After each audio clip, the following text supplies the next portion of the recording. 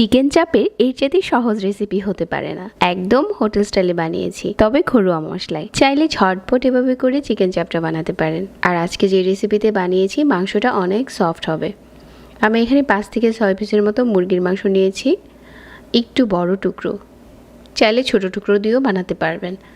এভাবে হাড় থেকে মাংসটা আলগা করে নিচ্ছি। যতটা সম্ভব এভাবে করে হাড় থেকে আলগা করে নিতে হবে।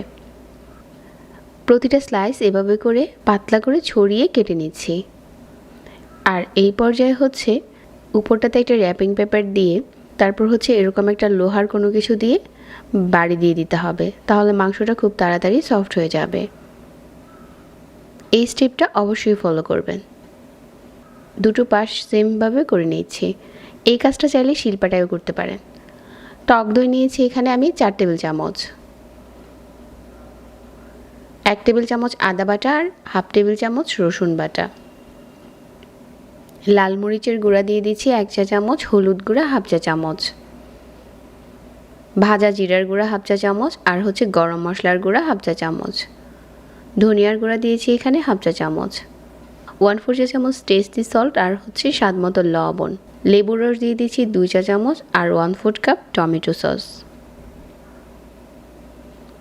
এখন এই সবগুলো মশলা একসাথে করে মিশিয়ে নিচ্ছি। মশলাটা মেশানো হয়ে গেলে এখানে হচ্ছে আমি দিয়ে দিচ্ছি সরিষার তেল 3 টেবিল চামচ। মশলাটা ভালো করে নেড়েচেড়ে মিশিয়ে নিয়েছি।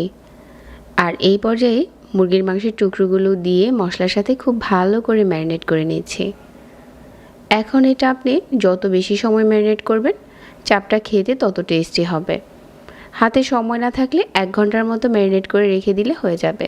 তবে এটা যদি আপনি কয়েক ঘন্টা এভাবে করে রেখে দেন তাহলে খুব ভালো একটা রেজাল্ট পাওয়া যায়। আমি 1 ঘন্টার মতো রেস্টে দিয়েছি।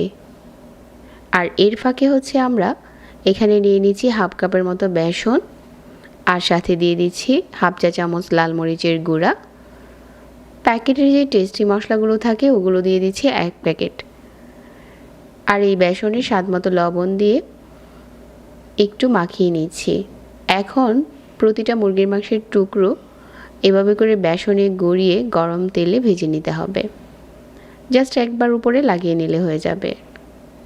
তো এভাবে করে উপরে একদম পাতলা করে লাগিয়ে নিয়েছি। এখন ছড়ানো কোনো তাওয়াতে তেলটাকে গরম করে গরম তেলের উপরে দিয়ে দিচ্ছি।